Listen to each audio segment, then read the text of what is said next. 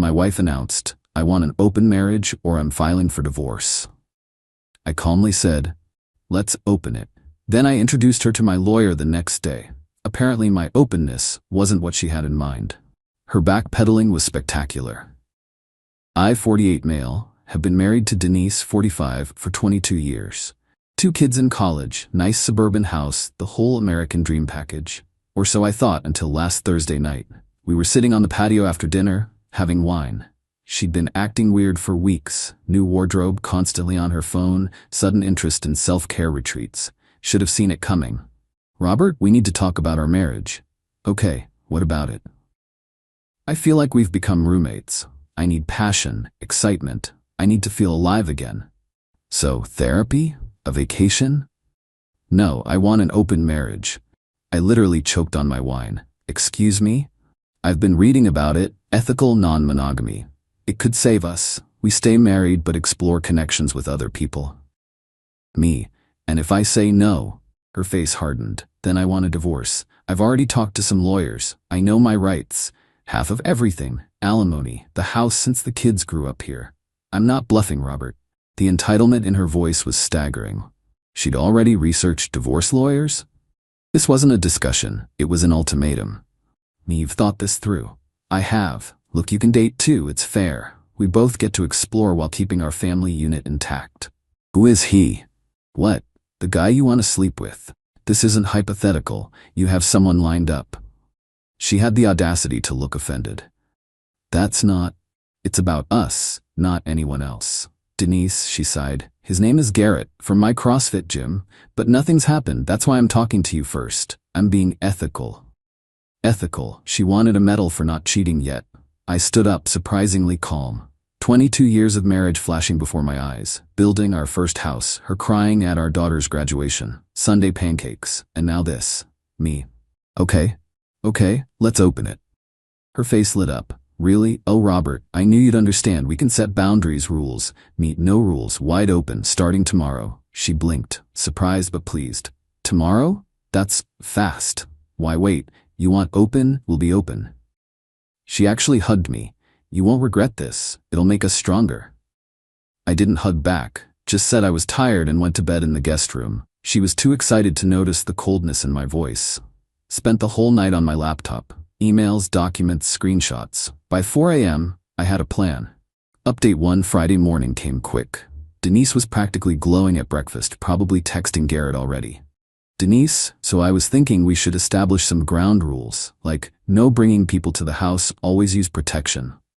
"Actually, I have a lunch meeting today." "A work thing?" "No, a date." She stopped mid-bite of her toast. "Already? With who?" "You'll meet her at dinner. I invited her over." "You what?" "Robert, we agreed no bringing people home." "No, you suggested that 5 seconds ago. I said no rules, remember? Wide open." Her jaw tightened. "Fine, who is she?" "Me, you'll see. 7 o'clock. Left her sputtering and drove to my actual destination, my brother Alan's law firm. Not for divorce papers, for something better. Alan specializes in family law, but also does contracts. We spent 3 hours drafting an absolutely bulletproof, open marriage agreement. Every detail spelled out. Both parties consent to non-monogamous relationships. All marital assets remain separate from any new relationships. No marital funds can be spent on other partners. Either party can terminate the agreement with 30 days' notice. If terminated, standard divorce proceedings apply. Both parties waive rights to claim adultery as grounds for divorce. Detailed financial disclosures required monthly. The kicker? A clause stating that whoever initiates divorce within 1 year of signing forfeits claims to alimony. Alan looked at me over his glasses. "This is brutal, Rob." Me. "She wanted to play. Let's establish the rules properly." That evening, Denise was a nervous wreck. She'd changed outfits 3 times, cleaned obsessively. Garrett was forgotten. She was too focused on who I was bringing home. Doorbell rang at 7 p.m. sharp. I opened it to Rebecca Thornton, Alan's senior partner. 62 years old, silver-haired, wearing a power suit that probably cost more than our mortgage payment. Me, Denise, meet Rebecca. Denise's face was priceless, relief mixed with confusion. "Oh, nice to meet you. You're a bit older than I expected." Rebecca smiled like a shark. I specialize in December-May relationships. Robert's exactly my type. Denise looked ill. I poured wine. Rebecca's a lawyer, senior partner at Thornton, Kravitz & Associates. How nice. Actually, I'm here professionally. Robert retained me this afternoon. Retained you? For what? I slid the contract across the table. Our open marriage agreement, to protect both of us. Denise started reading, her face getting paler with each page. Denise, this is insane. Monthly financial disclosures, forfeiting alimony, standard protections and consensual non-monogamy arrangements. You did research this, correct? Not like this. This is a business contract. Me, you threatened divorce and researched lawyers? I'm just being thorough. If you prefer, we can proceed with traditional divorce proceedings. I have those papers as well. She placed a second folder on the table. Divorce petition, already filled out. Denise was trapped and she knew it. Sign the agreement or get divorced right now without her CrossFit boyfriend lined up as a safety net. Denise, I need time to think. Of course, you should have your own lawyer review it. I recommend getting someone familiar with polyamory agreements. Rebecca left after an hour of explaining various clauses. Denise hadn't said 10 words. After she left, Denise exploded. Denise, that wasn't a date. You tricked me. I never said it was a romantic date. I said I had a lunch meeting and was bringing someone to dinner. You assumed. This agreement is ridiculous. No one signed something like this. Then don't. We can do the divorce instead. You're being vindictive. I'm being practical. You want to fundamentally change our marriage contract? Fine. Let's get the new terms in writing. She stormed off. Came back an hour later. Denise, if I sign this, you'll really be okay with an open marriage? Me, I said yes, didn't I? She stared at me suspiciously, but couldn't find the trap, because there wasn't one. Not exactly. Update 2. Weekend was tense. Denise took the agreement to a lawyer friend who told her it was aggressively favorable to me, but legally solid. The alimony forfeiture clause especially bothered her, but her friend confirmed it would hold up. Monday morning she signed it. Thought she was calling my bluff. Denise, there, happy? Now we can move forward like adults. Perfect. I already joined a dating app. That was true. What I didn't mention was which one. See, Denise assumed I'd struggle. 48-year-old accountant, dad bod, boring with time. Robert would strike out while she lived her hot girl summer with Garrett, the CrossFit instructor. But I'd done my homework. Joined a specific dating service. Established arrangements, connecting successful older men with women seeking financial support. Not sugar babies exactly, more like mutually beneficial relationships. My profile was honest, married, open relationship, financially stable, seeking companionship. The response was immediate. Dozens of messages from women 25 to 40 looking for someone to pay their student loans, cover rent, or fund their startup. Meanwhile, Denise was discovering that Garrett wasn't quite what she expected.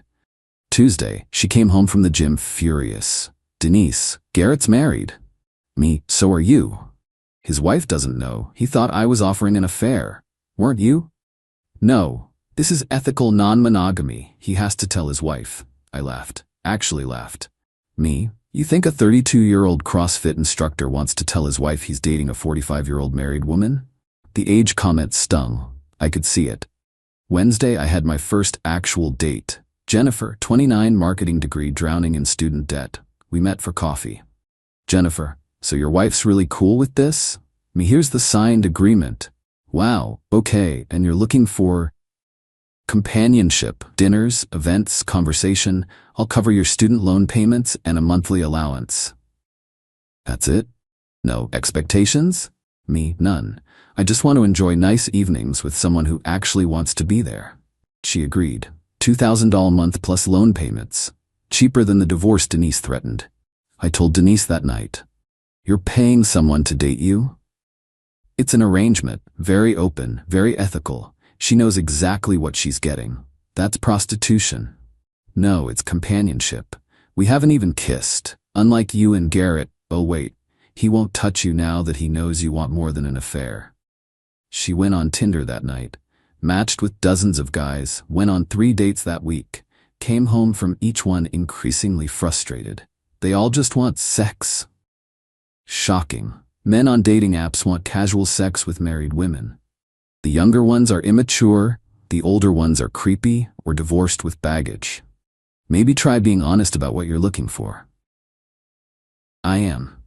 But when I mention I'm married and it's open, they either unmatch or just want to hook up. Meanwhile, Jennifer and I were having lovely dinners. She was smart, funny, actually interested in my boring work stories because I was literally paying off her crushing debt. Win-win. Update 3. Week 3 of our open marriage, and Denise was spiraling. She'd been on 8 dates, 2 ghosted her after sleeping with her. 3 wanted sugar mama arrangements, hilarious karma.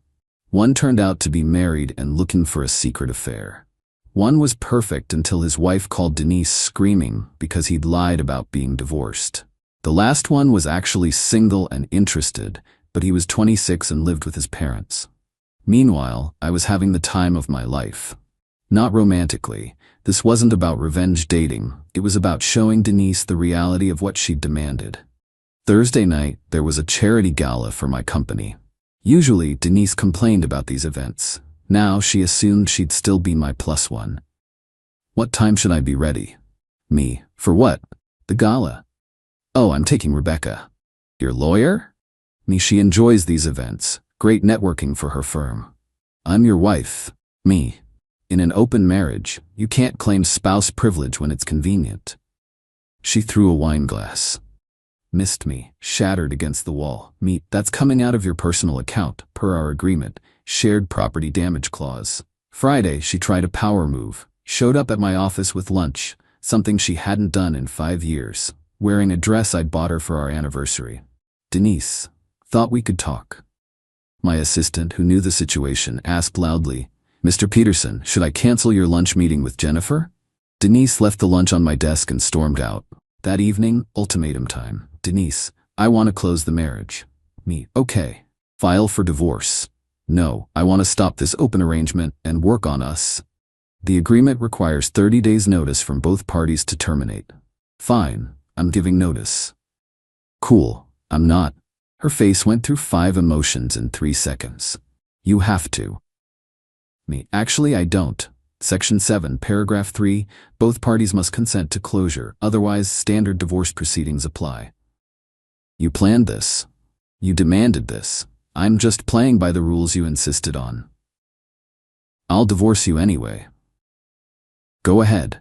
But remember the alimony clause, and I've documented every date you've been on per our financial disclosure requirements. Your Uber receipts to men's apartments at 2 a.m. won't look great in court. She realized the trap she'd walked into. She could stay in the open marriage she now hated, or divorce and lose alimony rights while looking like the cheater.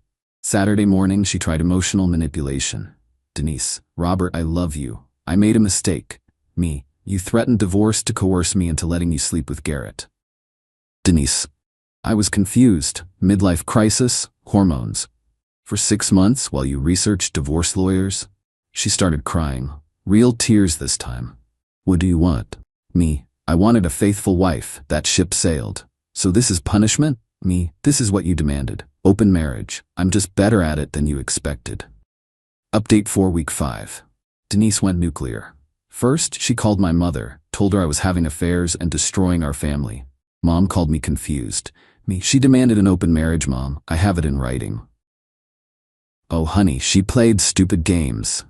Even my traditional Catholic mother was on my side. That's how badly Denise had miscalculated. Next, she tried to seduce me. Came to bed in lingerie I hadn't seen in 10 years. Denise, remember when we were Garrett? She deflated. That was cruel. Me, that was honest. Then came the investigation. She hired a private investigator to follow Jennifer, convinced she'd find something illegal about our arrangement. The PI found nothing because there was nothing to find, just dinners and conversation. But the PI did find something else.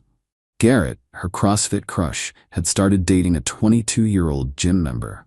Posted it all over Instagram. Denise saw it during spin class and had a meltdown, got banned from the gym. Thursday, she made her biggest mistake. Went to Rebecca's law firm to threaten a malpractice suit, claiming Rebecca had taken advantage of our marital problems. Rebecca, cool as ice, pulled up security footage of our dinner.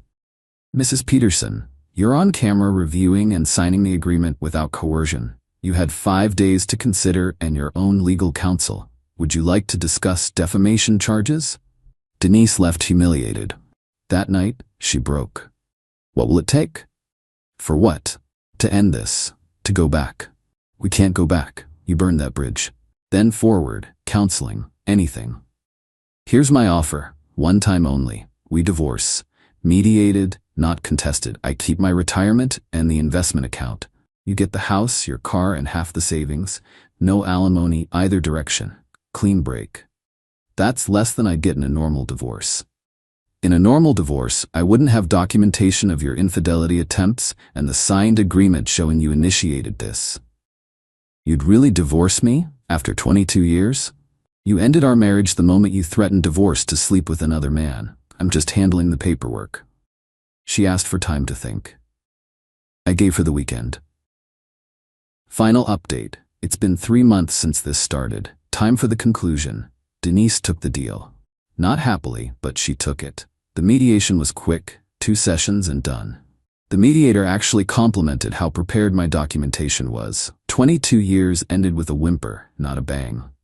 The house sale closed last week. Denise got her half but discovered that maintaining it solo plus property taxes ate up most of her salary. She's apartment hunting now. Meanwhile, I bought a nice condo downtown. 2 bedrooms, modern kitchen, 0 memories of betrayal. Jennifer and I ended our arrangement when the divorce finalized.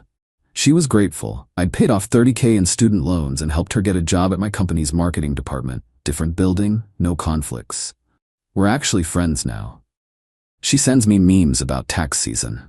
Denise tried one last manipulation 2 weeks ago. Showed up at my condo with a bottle of wine and photo albums. Denise, remember our trip to Hawaii? Our daughter's first Christmas? Me. I remember everything, including you choosing Garrett over our marriage. I never slept with him. Because he rejected you, not because you didn't try. She finally said what she'd been holding back. You never loved me. If you did, you would have fought for us. I loved you for 22 years. You loved me until someone with better abs showed interest. This isn't how it was supposed to go. You thought I'd be desperate to keep you, that I'd agree to anything. Classic middle-aged guy, grateful for whatever scraps his wife threw him. That's not. It's exactly what you thought. You'd sleep around while I waited at home, funding your lifestyle. When you got it out of your system, we'd close the marriage and pretend it never happened. Her silence confirmed everything. Instead, you discovered that Garrett wasn't interested in a relationship, that men your age want younger women or easy affairs, that dating at 45 is brutal, and that I had more options than you imagined. Denise, so you admit this was revenge. This was consequences. You wanted an open marriage as a threat. I gave you exactly what you asked for, just not how you pictured it. She left the photo albums. I threw them in the recycling. Yesterday, I ran into Garrett at a coffee shop. He tried to bro-nod me. I ignored him. His young girlfriend asked who I was. He said nobody. Accurate. Denise, according to mutual friends, is on dating apps again. This time honestly single. She's struggling. The men her age want younger women or casual only. The good ones are taken. The available ones have their own baggage. Welcome to reality. My kids know the basics. Mom wanted to change the marriage, Dad disagreed, we divorced. They're adults, they figured out the rest. My daughter actually said, Dad, you're happier now. She's right. Started actual dating last month. Met a woman named Carol through a hiking group. She's 44, divorced 5 years ago when her ex had an affair. We bond over betrayal humor. She saw the open marriage agreement. I kept a copy as a reminder and laughed so hard she cried. Carol, you really made her sign this? She insisted on opening the marriage. And you opened it. Wide. We're taking it slow. Very slow. Trust issues on both sides. But she makes me laugh, doesn't have a CrossFit instructor on the side, and thinks my dad bod is cuddly. The revenge wasn't dramatic. It was methodical. Denise wanted to have her cake and eat it too. Instead, she discovered the cake was stale, the bakery was closed, and I'd already moved on to pie. She gambled our entire marriage on the assumption that I had no options and no spine. She lost everything because she couldn't imagine a world where I wasn't desperately grateful for whatever she offered. The funniest part? If she'd just asked for counseling, admitted she was bored, we probably could have worked it out. But she went nuclear with threats and ultimatums. So I went nuclear right back, just with better lawyers and documentation. To everyone saying I was too harsh, she literally threatened to destroy my financial future if I didn't let her sleep with other men. What would you have done? Now I wake up in my quiet condo, make coffee without anyone complaining about the smell, and actually feel peace. No walking on eggshells, no wondering if she's texting Garrett, no pretending everything's fine. Worth every penny of those student loan payments to Jennifer. Worth every awkward mediation session. Worth the 22 years we lost. Because the look on Denise's face when she realized she'd played herself? That memory alone keeps me warm at night. She wanted an open marriage. I gave her one. Not my fault she couldn't handle what she wished for.